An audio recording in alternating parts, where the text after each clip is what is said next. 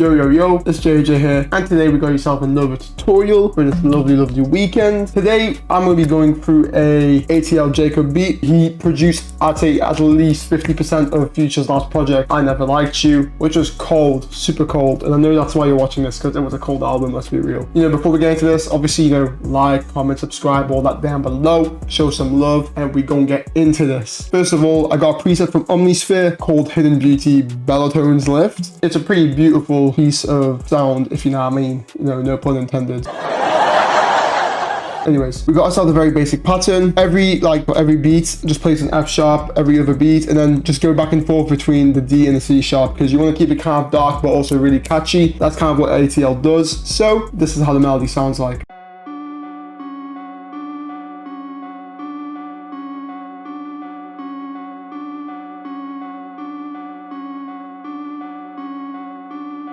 Hey, the sound's nice, sounds really good, dark, and let's get into the effects. First of all, I added a basic EQ, cutting off a few of the highs and a lot of the lows. Took out a frequency I wasn't a big fan of. Next up, we added a bit of RC20, but as you guys can see here, apparently I have no license. So then, as you guys can see, a bit of stereo separation, so it doesn't sound as mixed up in the mix, if that makes sense. The next sound I used for my melody was from Purity, and it was from the slow synths, and it's called Blue Mist. Just took the F sharp, the C sharp, and just kept it playing throughout the whole thing. Every 2 bars, just repeats. Adds a nice bit of depth to the melody and sounds quite nice. So this is what it sounds like.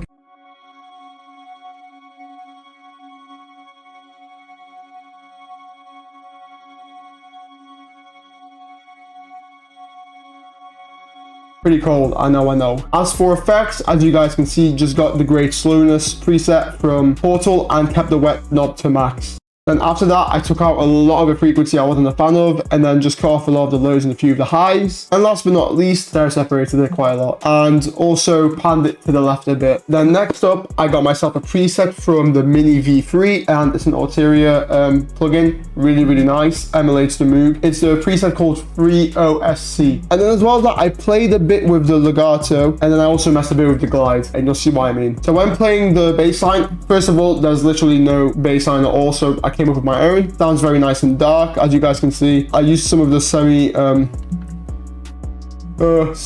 step notes, I think that's what they're called. As well as that, between every 2 notes, you can see that they kind of slide into each other, which is where that glide effect comes into play. Without further ado, this is what the bass sounds like.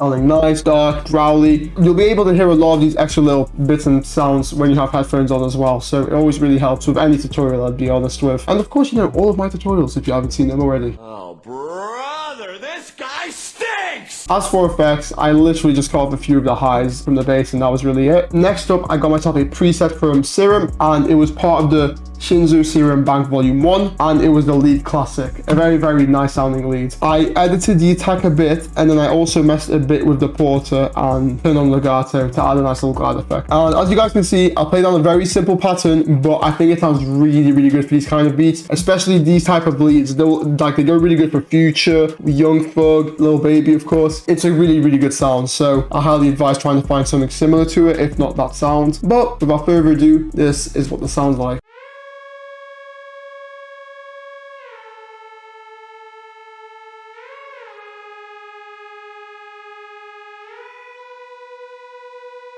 Sounds pretty cold, I know, right? For effects, I cut off a few of the highs, just a bit above 10k, and all of the low frequencies, because of course you want to keep it all for that bass. Then on top of that, I added a bit of vintage verb, because you gotta get a bit of room to those leads, and then I stereo separated it. I know you usually don't do it with leads, but it just adds a little bit of a tone to the ATL Jacob kind of beat. Last but not least, I got myself a preset from Omnisphere again, called Fireful Ooze, with a little up arrow. And for the chords, as you guys can see, this is the chord progression I came up with. I will be very honest, came up with them as I was just making the melody. It's one of those where if you make a beat without a chord progression to begin with, you can actually, in my opinion at least, go crazy with the chords. Like, play them as you will. It doesn't have to follow any of the bass notes, root notes. Just make it sound good. And that's what I did here. This is what the progression sounds like.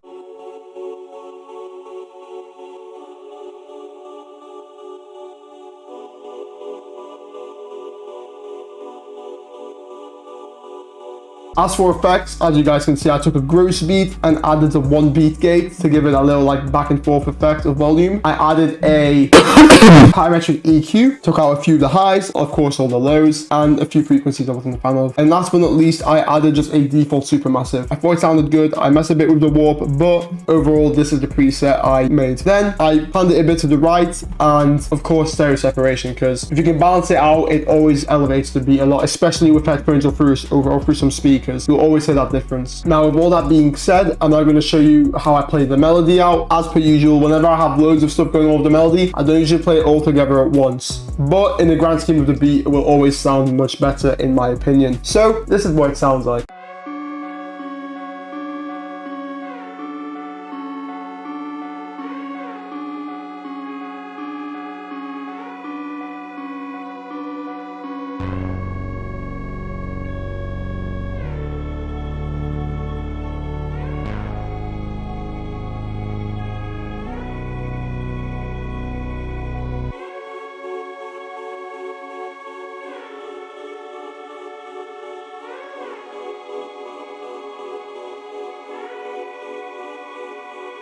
Obviously, it sounds a bit weird, in my opinion, without the full beat together, but trust me, when you have the drums going and everything, and it fills out that low end, and the hi-hats are going off crisp, snares hitting hard, the beat just all comes together. Now to get onto the drums, first of all, we got ourselves a basic snare, and this is obviously a basic snare pattern, so this is what it sounds like. Bada bing, bada boom, and that's your snare. Next up, we got ourselves the hi-hat pattern. A few rolls were added because, you know, that's what ATL does, to be honest. He just adds a few rolls here and there. As you can see, few rolls and then some at the end. This is what the beat sounds like.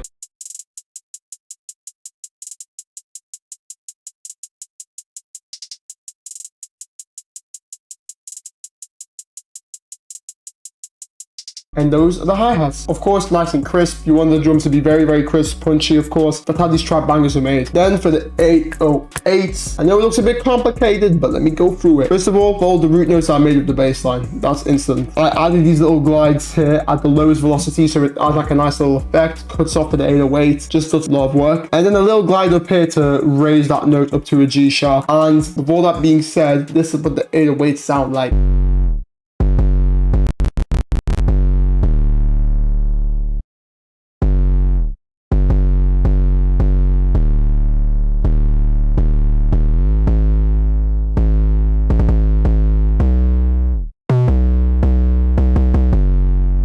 Also, after listening to that, I just remembered I added this note as well, so yeah. As for effect, for the 808, I literally just took the spins and I added this pretty fast distort and just put these presets in myself from default. Next up, we got ourselves an open hat pattern. Repeats itself every 4 bars, but this is what it sounds like.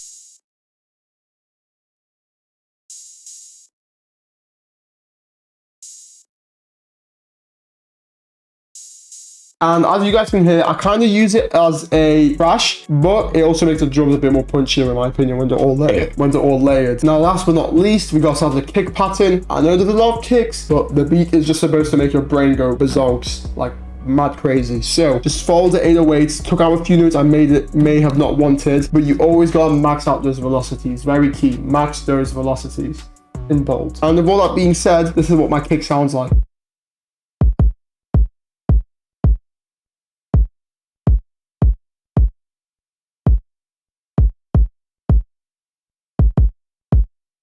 Boom. And now with all that being said, this is what the full drum together sound like. And with all that being said, this is what the whole drum sound like together.